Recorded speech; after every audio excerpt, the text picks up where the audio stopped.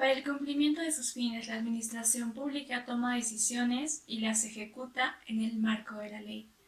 Generalmente crea situaciones jurídicas que dan origen a los actos administrativos. Mi nombre es Catherine, soy estudiante de la carrera de Derecho en la Universidad de Quito, Bolivia, y junto a mis compañeros elaboramos este video para dar a conocer todo lo referente al tema. Iniciemos con administración activa y jurisdiccional. El proceso de decidir y ejecutar constituye la parte activa de la administración. La administración activa es reglada debido a que obedece las normas que específicamente se aplican a una materia. Pero como la actividad administrativa es tan amplia, la ley no puede prever directamente todas las situaciones que se presentan, por lo que es imprescindible que la administración tenga la libertad de apreciar la oportunidad y conveniencia de ciertas decisiones. También podemos decir que es discrecional, ya que la actividad administrativa está siempre limitada por la Constitución y las leyes. La administración jurisdiccional. Cuando ciertos órganos administrativos deciden a instancia de parte en respuesta a reclamos presentados por quienes consideran lesionados sus intereses legítimos o sus derechos subjetivos, aquellos ejercitan una función jurisdiccional, pues juzgan conforme a la ley. Si el caso es fundado, revocan o anulan el acto impugnado. Hechos y actos administrativos. Cualquiera que sea su forma, la actividad administrativa se traduce en hechos y actos administrativos, cuya distinción se hace con un criterio similar al que se aplica en el derecho civil. Sin embargo, entre los actos civiles y los administrativos hay diferencias en cuanto al sujeto, al objeto y a la causa. Los hechos y actos administrativos son de orden público en cuanto a su formación, modificación, extinción, pues en los actos administrativos prevalece la voluntad de la administración pública.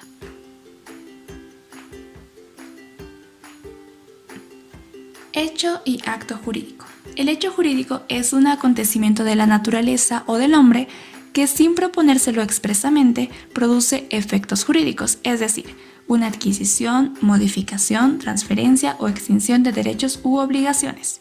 En cambio, el acto jurídico es el acontecimiento voluntario, lícito, cuyo fin inmediato es establecer relaciones jurídicas entre las personas, creando, modificando, transfiriendo, conservando o extinguiendo derechos.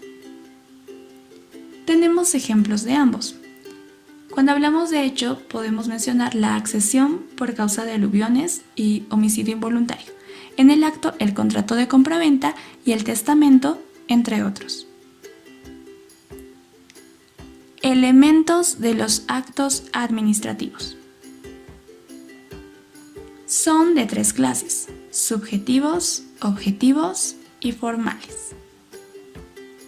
En cuanto a los subjetivos, el sujeto que produce o emite el acto administrativo es siempre la administración pública a través de cualquiera de sus órganos. Debe tener la necesaria competencia para adoptar y ejecutar decisión correspondiente. Elementos objetivos son el objeto, la causa y el fin. Es la materia del acto administrativo, la sustancia de la que se ocupa este. El objeto debe ser cierto, lícito y real, conforme a la ley. La causa es el motivo particular que impulsa a la administración a emitir un acto administrativo. El fin es el propósito general, es siempre de interés público. Elementos formales. Como su nombre lo indica, conciernen a la forma que revisten los actos administrativos, que deben ser escritos, motivados, firmados por la autoridad que los emite, asignar el nombre del o los destinatarios, etc. Entonces, los elementos objetivos son el objeto, la causa y el fin. El objeto es la materia o contenido del acto administrativo, es decir, identificable, verificable y conforme a la ley. Clasificación de los actos administrativos. Adoptamos una clasificación que consideramos práctica y sencilla. Primero, según el ámbito de aplicación. hay actos internos y externos. Los primeros se dan dentro de la administración y no afectan a los administrados.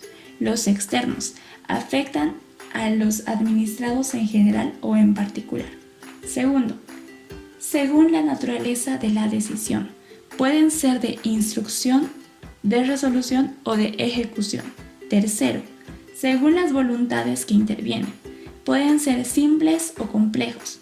Los primeros son emitidos por un solo órgano. En los segundos intervienen 2 o más órganos de la administración pública. Cuarto, por los efectos que producen, se clasifican en actos que aumentan los derechos de los particulares y otros que los restringen. Iniciemos con la concesión, que es un derecho que otorga la administración pública a un particular para el uso o explotación de bienes del Estado o para la prestación de un servicio público. La autorización, licencia o permiso, que son actos que permiten el ejercicio de derechos reconocidos por la ley, pero que están reglamentados por razones de oportunidad y de interés público, como son las autorizaciones para construir casas y edificios, para conducir vehículos, para abrir un negocio, entre otros. La dispensa, mediante la cual se exonera del pago de impuestos o de cumplir con determinadas cargas públicas, como por ejemplo servicio militar, jurados electorales, entre otros. Entre los actos administrativos que restringen los derechos particulares están las órdenes, que imparte la administración pública a los administrados en virtud de su potestad imperativa o de mando.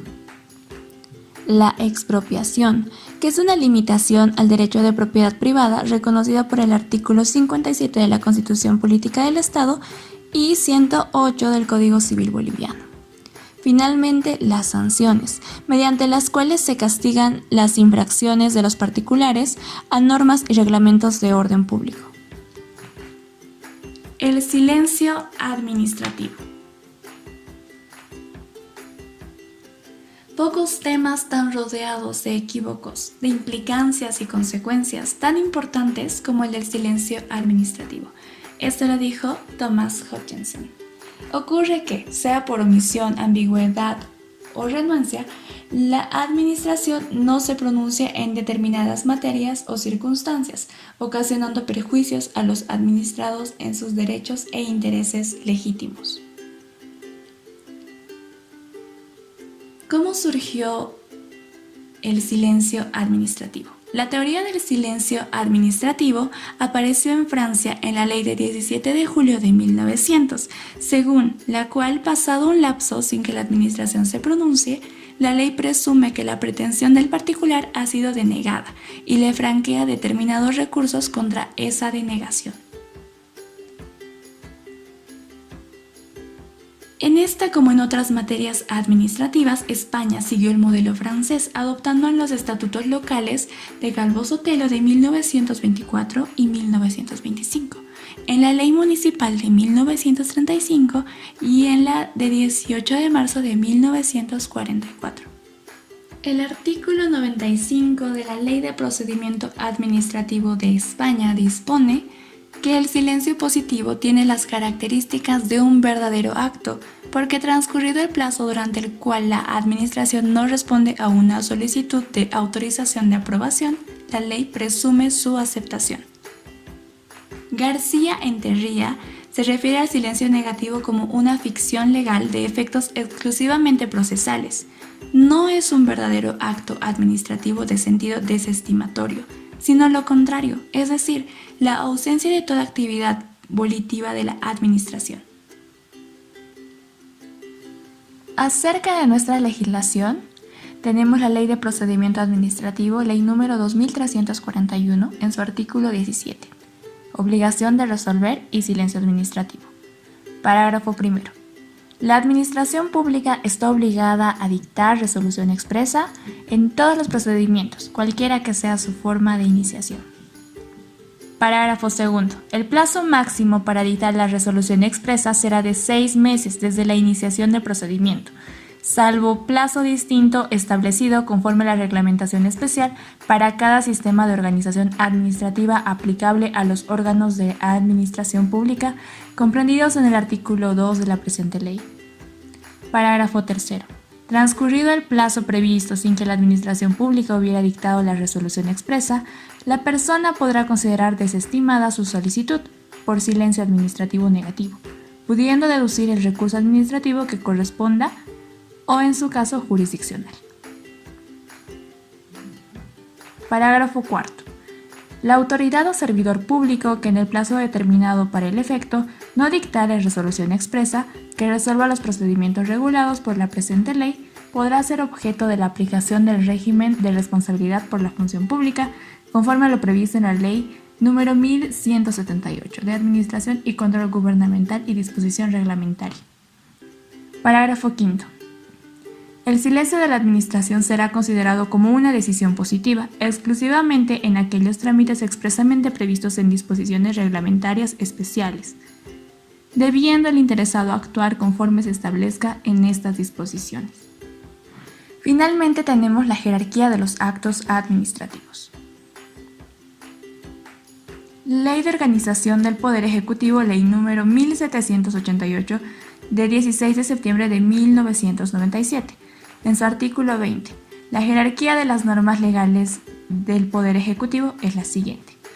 Primero, tenemos el Decreto Supremo, seguido de la Resolución Suprema, Resolución Multiministerial, Resolución Biministerial, Resolución Ministerial y finalmente la Resolución Administrativa.